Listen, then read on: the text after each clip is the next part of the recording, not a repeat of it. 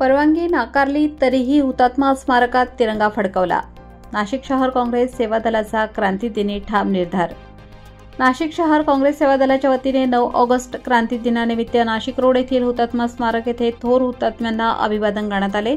याप्रसंगी ध्वजारोहण कार्यक्रमाचेही आयोजन करण्यात आले. 9 ऑगस्ट क्रांती दिन हा इंग्रजांना चले जाओ असा नारा देणाऱ्या राष्ट्रपिता महात्मा गांधी आणि थोर स्वातंत्र्य सैनिकांच्या बलिदानाची आठवण करून देणारा दिवस आहे. या दिवसानिमित्त देश स्वतंत्र झाला. मात्र नाशिक रोड महानगरपालिका आवारातील हुतात्मा स्मारकावर ध्वजारोहण करण्यास महानगरपालिकेने परवानगी नाकारणे ही अत्यंत खेदजनक बाब आहे.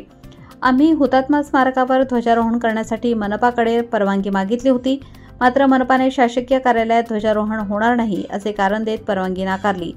ही परवानगी आम्ही शासकीय कार्यालयात नव्हे तर हुतात्मा स्मारकावर ध्वजारोहणासाठी मागितली होती आणि परवानगी नाकारूनही आम्ही स्मारकावर तिरंगा अभिमानाने फडकवला.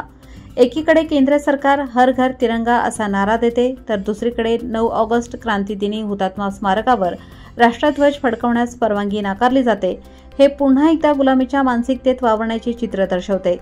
देशाचा तिरंगा ध्वज फडकवण्यासाठी जर शासकीय कार्यालये परवानगी देत नसतील तर अशा प्रशासकीय व्यवस्थेचा आम्ही तीव्र निषेध करतो. महानगरपालिकेची परवानगी नाकारल्यानंतरही नाशिक शहर काँग्रेस सेवा दलाने ठाम भूमिका घेत हुतात्मा स्मारकावर हुतात्म्यांना अभिवादन करून राष्ट्रध्वज फडकवला. वेळ आली तर आमच्यावर गुन्हे दाखल करा अशी ठाम भूमिका नाशिक शहर काँग्रेस सेवा दलाचे अध्यक्ष डॉ. वसंत ठाकूर यांनी घेतली आणि तिरंगा अभिमानाने फडकवला. यानंतर देवळाली गाव येथे राष्ट्रपिता महात्मा गांधी यांच्या पूर्णाकृती पुतळ्यास पुष्पहार अर्पण करून अभिवादन करण्यात आले.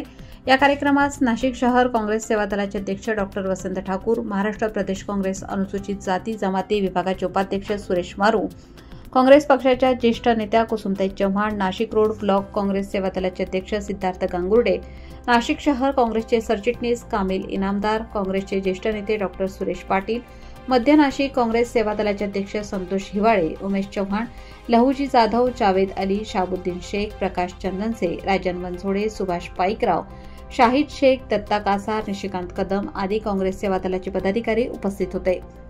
लोकमान्य न्यूजसाठी संचालक लक्ष्मीकांत शिंदे, नाशिक.